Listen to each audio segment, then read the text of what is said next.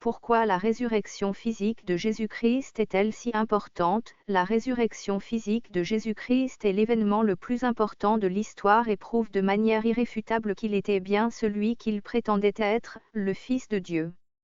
La résurrection n'est pas que la preuve ultime de sa divinité, elle est aussi le sceau qui valide les Écritures, lesquelles ont annoncé la venue et la résurrection du Messie, ainsi que la confirmation de ce que Christ avait annoncé, qu'il ressusciterait le troisième jour. Jean 2.19 Démolissez ce temple, leur répondit Jésus, et en 3 jours, je le relèverai.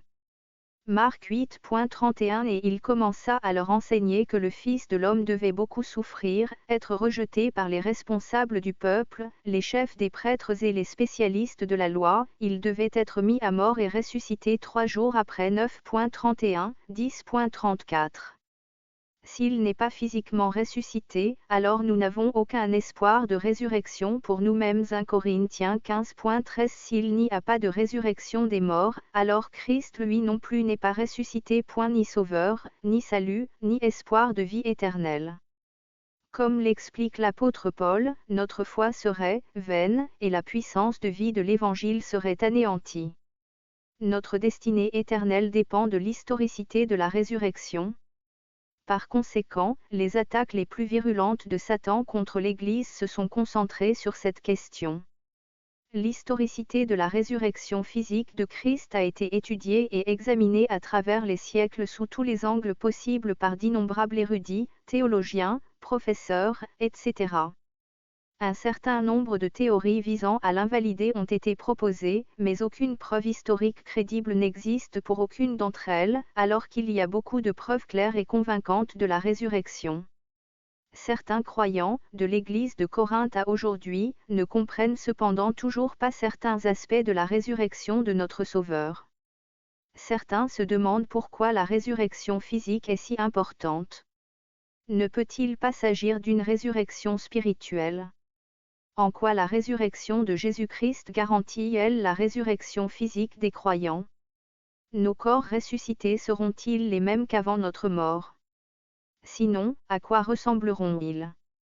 On trouve les réponses à ces questions au chapitre 15 de la première lettre de Paul à l'Église de Corinthe, qu'il avait fondée plusieurs années auparavant, au cours de son 2e voyage missionnaire. En plus d'un sectarisme croissant, la jeune Église de Corinthe se caractérisait par de graves lacunes de compréhension de certaines doctrines chrétiennes, notamment la résurrection. La plupart des Corinthiens croyaient en la résurrection de Christ. 1 Corinthiens 15.1 Frères et sœurs, je vous rappelle l'évangile que je vous ai annoncé, que vous avez reçu et auquel vous demeurez attachés. Mais ils avaient du mal à admettre celle des autres. La cause de cette confusion était l'influence perpétuelle de la philosophie gnostique, qui considère tout ce qui est spirituel comme bon et tout ce qui est physique, notamment le corps, comme intrinsèquement mauvais. Certains, notamment les philosophes grecs de cette époque, étaient fortement hostiles à l'idée de la résurrection éternelle d'un corps détestable, Actes 17.32.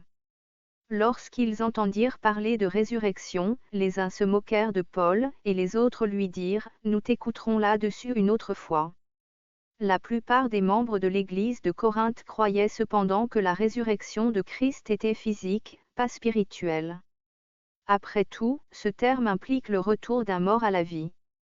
Ils comprenaient que toutes les âmes sont immortelles et entrent immédiatement dans la présence du Seigneur à leur mort. 2 Corinthiens 5.8 Nous sommes pleins de courage, mais nous préférerions quitter ce corps pour aller demeurer auprès du Seigneur.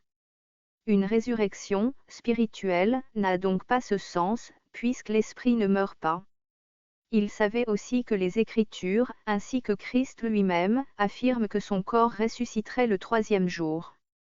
Elles disent clairement aussi que son corps ne connaîtrait pas la décomposition. Psaume 16.10 Tu ne m'abandonneras pas.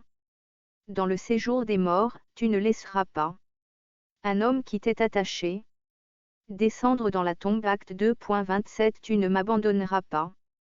Dans le séjour des morts, tu ne laisseras pas un homme qui t'est dévoué se décomposer dans la tombe, ce qui n'aurait aucun sens s'il n'était pas ressuscité. Enfin, Christ a beaucoup insisté sur sa résurrection physique avec ses disciples, un esprit n'a ni chair ni os comme, vous le voyez bien, Jean et Luc 24.39. Luc 24.39 Regardez mes mains et mes pieds, et reconnaissez que c'est bien moi. Touchez-moi et regardez. Car un esprit n'a ni chair ni os. Or, vous voyez bien que j'en ai. Là encore, la préoccupation principale des Corinthiens était leur propre résurrection. Paul a donc cherché à les convaincre que, puisque Christ est ressuscité des morts, il ressusciterait également. Notre résurrection dépend de celle de Christ, car, s'il n'y a pas de résurrection des morts, Christ non plus n'est pas ressuscité. 1 Corinthiens 15.13 S'il n'y a pas de résurrection des morts, alors Christ lui non plus n'est pas ressuscité, mais en réalité, Christ est ressuscité, précédant ainsi ceux qui sont morts. En effet, puisque la mort est venue à travers un homme, c'est aussi à travers un homme qu'est venue la résurrection des morts. Et comme tous meurent en Adam, de même aussi tous revivront en Christ. 1 Corinthiens 15.20 Mais, en réalité, Christ est bien revenu à la vie et, comme les premiers fruits de la moisson, il annonce la résurrection des morts.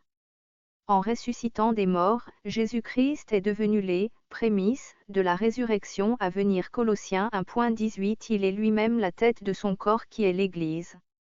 Ce Fils est le commencement, le premier-né de tous ceux qui sont morts, afin qu'en toute chose il ait le premier rang. Les Israélites ne pouvaient commencer la moisson qu'après avoir apporté un échantillon, les prémices, aux prêtres, en offrande au Seigneur. Lévitique 23.10 dit aux Israélites, quand vous serez dans le pays que je vais vous donner et que vous y ferez la moisson, vous apporterez aux prêtres la première gerbe de votre récolte. C'est ce dont parle Paul en 1 Corinthiens 15.20 Mais, en réalité, Christ est bien revenu à la vie et, comme les premiers fruits de la moisson, il annonce la résurrection des morts. La résurrection de Christ était les prémices de la moisson, de celle des croyants. Cette image montre que d'autres le suivraient dans la résurrection, ses disciples, le reste de la moisson. C'est ainsi que la résurrection de Christ garantit la nôtre, celle-ci participant de celle-là. Pour apaiser les craintes des Corinthiens concernant le lien entre l'esprit et un corps considéré comme indésirable, Paul leur explique la nature des corps ressuscités et leur différence avec nos corps terrestres. Il compare ceci à une semence, et explique que Dieu nous donnera un autre corps. 1 Corinthiens 15.37 Lorsque vous faites vos semailles, vous ne mettez pas en terre le corps que la plante aura quand elle aura poussé, mais une simple graine, un grain de blé par exemple ou quelque autre semence. Semblable au corps glorieux de Christ ressuscité. 1 Corinthiens 15.49 Et comme nous avons porté l'image de l'homme formé de poussière, nous porterons aussi l'image de l'homme qui appartient au ciel. Philippiens 4.21 Saluez tous ceux qui, par leur union avec Jésus-Christ, font partie du peuple saint. Les frères qui sont ici avec moi vous saluent comme pour le Seigneur. Nos corps naturels périssables, déshonorés et faibles seront un jour transformés en corps impérissables, glorieux, puissants et spirituels. 1 Corinthiens 15.42 Il en va de même pour la résurrection. Lorsque le corps est porté en terre comme la graine que l'on sème, il est corruptible, et il ressuscite incorruptible. Nos corps spirituels seront parfaitement équipés pour la vie céleste surnaturelle.